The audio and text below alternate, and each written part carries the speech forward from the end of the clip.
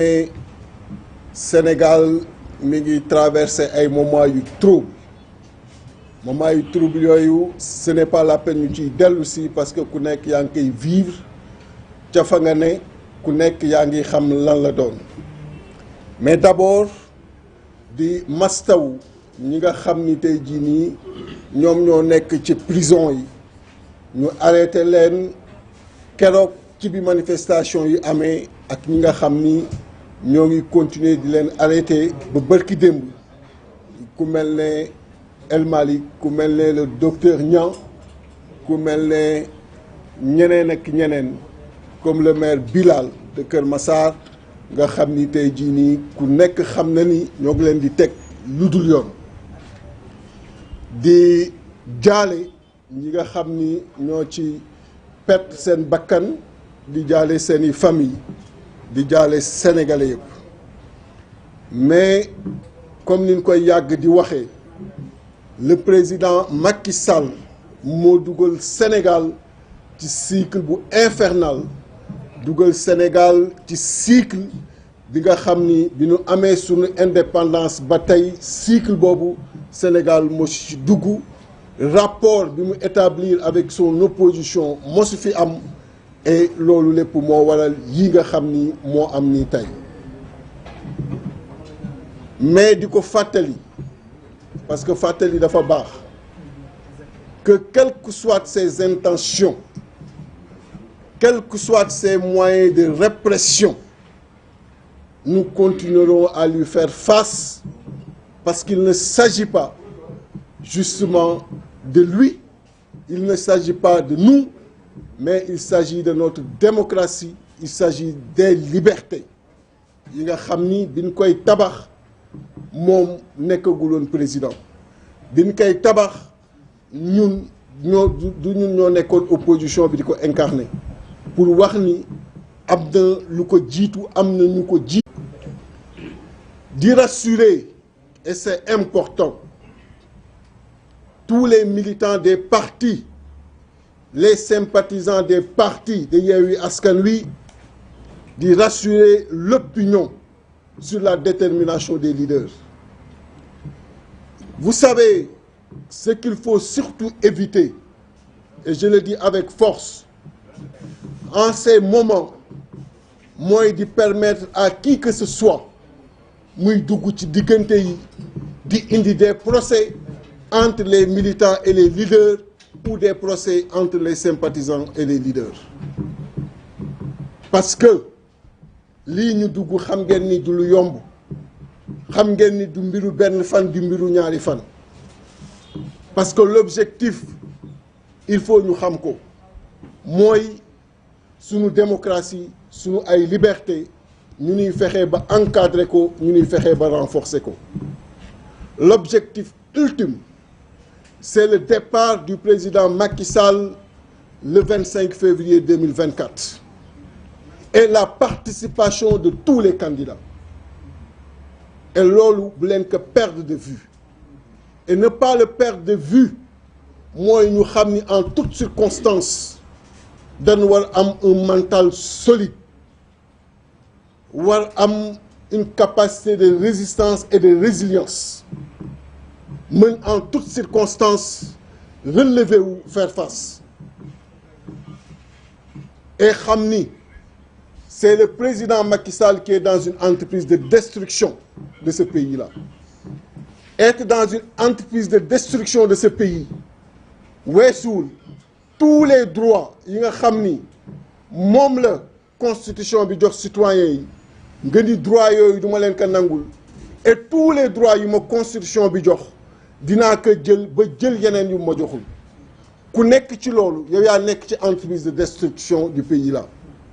Et j'ai l'habitude de le dire situation day am bu fekkee ni remonté woo ci cause yi nga yam ci conséquences yi da lay yóbbee nga jaawale dans la situation qui est victime et qui est le coupable mais le coupable dans tout ce qui arrive aujourd'hui n'est personne d'autre que le président Macky Sall. Qu'est-ce qui peut expliquer que ñu ni la loi est là pour tout le monde? Qu'est-ce qui peut expliquer que ñu ni tous les citoyens dañ leen war traiter d'égale dignité et que un citoyen sénégalais nga convoqué ko ni ko telle heure war na la fekk palais de justice mu ni dinaa ñëw yegg si heure boobu nga ni ko non pas que da nga war yegg si heure boobu mais man maa lay tànnal fan ngay jaar ba nga yegg si lan moo mën expliquer loolu ci biir Sénégal ba indi lii mu indi ci le président Ousmane Sonko di ko massaw ci li nga xam ni tey jii nii moo li am ba ñëpp xam ni ci état de santé bi mu nekk nii kon ku def loolu ni yaay jaar fii waroo jaar fii te war permettre à un citoyen mu jaar fu ko neex pour mën a répondre à la justice kooku mooy responsable de ce qui se passe aujourd'hui mais na génne lu ko neex na def lu ko neex mais du tere ñun tous les jours il nous verra et on lui fera face moo tax la coalition Yewwi Askan Wi xam ngeen ko mooy coalition bi mu bañ a dégg les leaders de Yewwi Askan Wi xam ngeen ko mooy leaders yi mu bañ a dégg leaders yi mu bañ a dégg moo tax muy fexe ba tous les jours ku ci candidat mu xool nu mu lay éliminer ba tous les jours ñuy gën a rapprocher élection muy xool yan pexe lay def ba du bokk mais le président Macky Sall gis ngeen interview bi mu def bërki démb Express ku doon laam-laamee ni dafa bëgg doon candidat à la présidentielle je pense que loolu leer na ci bopp yi ki nga xam ni dafa ni ñii oui ñii non ci benn mbir te ku ni oui ci mbir moomu mu promouvoir la ku ni non ci mbir moomu mu sanctionné la kon xam ngeen li mu wax donc est-ce que da ngeen di taxaw di xaar mu naan leen bàcc laa tudd ngeen ni noo dañuy déglu ba mu ni Samba la wax na ni il veut être candidat il ne le sera pas et tous les leaders de Yewwi Askan Wi seront des candidats ceux qui le souhaitent et ceux qu'il a écartés seront aussi des candidats mais kooku est-ce que le président Macky Sall war nañu ëpp fulla gu toy ne moom mu ni foofu laa jëm ñun ñu war taxaw ni que daa fa yegg yoon baa gi noonu kon c'est l'affaire de tout le monde c'est l'affaire de tous c'est l'affaire de chaque citoyen c'est l'affaire de chaque citoyenne ñu xam ni c'est un combat pour les libertés et pour la démocratie ñun duñu mës a bouger ci loolu duñ ci mës a varier mais croyez-nous on va y aller avec beaucoup de stratégie beaucoup de tactique mais on va parvenir à nos fins moo tax on annonce ici le président Macky Sall na ko dégg que le 29 on va faire une marche bi nga xam ni dina tàmbalee rond-point université ba rond-point Médina di ci woo tous les Sénégalais fu ñu mën a nekk ci àdduna bi ñu ñëw ànd ak ñun ci marche boobu kiy toog di Abbas Fall dugal na demande d'autorisation bi depuis lors le 30 Yewwi Askan Wi commencé na travailler à travers ses bases ci 46 départements bi ci Sénégal pour que partout mu am également des marches le 30 les coordinations départementales ñoom it commencé nañu déposer demande de lettre d'information yi le 3 avril Yewwi Askan Wi également dina organiser des marches sur l'étendue du territoire national loolu lépp pour xamal le président Macky Sall que fu détermination am yam ci dina nasaxal sunu démocratie fala sunu détermination tàmbale ni que daanu taxawu sunu démocratie fu pexeem yam pour nasaxal sunuy liberté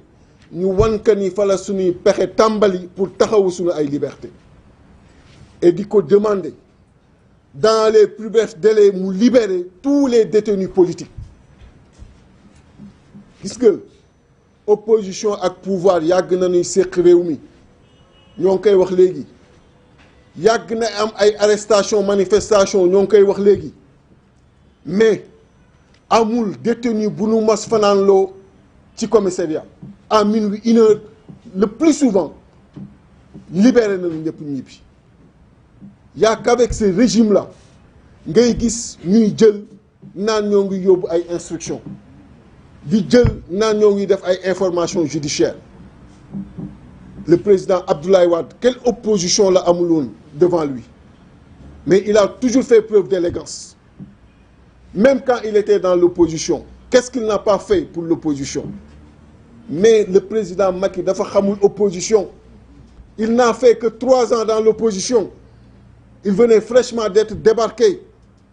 moo tax xamul lan lay tekki mais bu fekkee ni foog na ni jël gendarme yi jël policiers yi teg ko ci diggante bi di persécuter les populations mooy tax tey jii nii mu mën a def sunu république bi transformé ko tey jii nii en royaume il se trompe parce qu'il n'est pas un roi donc loolu na ko xam di wax encore une fois